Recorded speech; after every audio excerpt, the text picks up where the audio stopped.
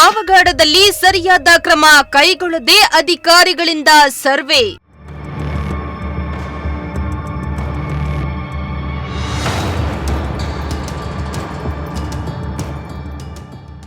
ಕಂದಾಯ ಅಧಿಕಾರಿಗೆ ತರಾಟೆ ತೆಗೆದುಕೊಂಡ ಗೋಟೂರು ಶಿವಪ್ಪ.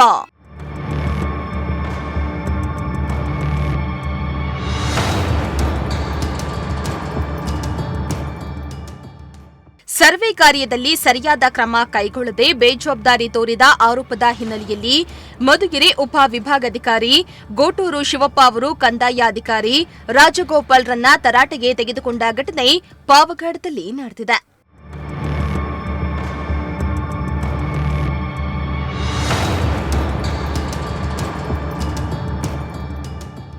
ಪಾವಗಡದಲ್ಲಿ ಇತ್ತೀಚೆಗೆ ಹಲವು ಭೂ ಕಬಳಿಕೆ ಆರೋಪಗಳು ಕೇಳಿಬಂದಿದ್ದು, ಪಟ್ಟಣದ ಎಸ್ಕೆ ಸಮುದಾಯ ಭವನದ ಮುಂಭಾಗದಲ್ಲಿರುವ ಕಲ್ಯಾಣಿ ಹಾಗೂ ಚಿನ್ನಕ್ಕ ಮಂಟಪಕ್ಕೆ ಸಂಬಂಧಿಸಿದ ಭೂ ಕಬಳಿಕೆ ಪ್ರಕರಣ ನ್ಯಾಯಾಲಯದಲ್ಲಿ ವಿಚಾರಣೆಯಲ್ಲಿದೆ. ಈ ಸಂಬಂಧ ಅಗತ್ಯ ಮಾಹಿತಿ ಸಂಗ್ರಹಿಸಿ ನ್ಯಾಯಾಲಯಕ್ಕೆ ಸಲ್ಲಿಸುವ ಉದ್ದೇಶದಿಂದ ಸರ್ವೆ ಕಾರ್ಯ ಕೈಗೊಳ್ಳಲಾಗಿದ್ದು, ಈ ಹಿನ್ನೆಲೆ ಒಂದೇ ದಿನ 2 ಭೂ ಕಬಳಿಕೆ ಸಂಬಂಧಿತ ಪ್ರಕರಣಗಳ ಸರ್ವೆ ಕಾರ್ಯವನ್ನ ಉಪವಿಭಾಗಾಧಿಕಾರಿ ಗೋಟೂರು ಶಿವಪ್ಪ, ತಾಲೂಕು ದಂಡಾಧಿಕಾರಿ ರವಿ ವೈ ಹಾಗೂ ಸಂಬಂಧಪಟ್ಟ ಸಿಬ್ಬಂದಿ ನಡೆಸಿದ್ರು.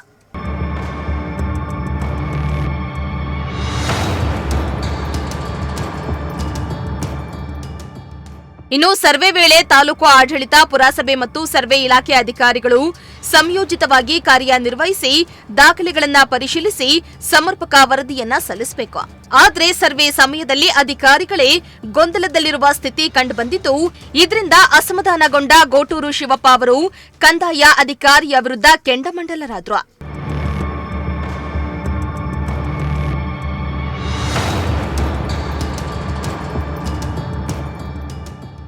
ಇನ್ನು ಸರ್ವೆ ಕಾರ್ಯಕ್ಕೆ ಮುನ್ನ ಸಂಬಂಧಪಟ್ಟ ಅಧಿಕಾರಿಗಳು ಅಗತ್ಯ ದಾಖಲೆಗಳು, ಕಡತಗಳು ಹಾಗೂ ಮೂಲ ದಾಖಲೆಗಳನ್ನು ಸಿದ್ಧಪಡಿಸಿಕೊಳ್ಳಬೇಕು.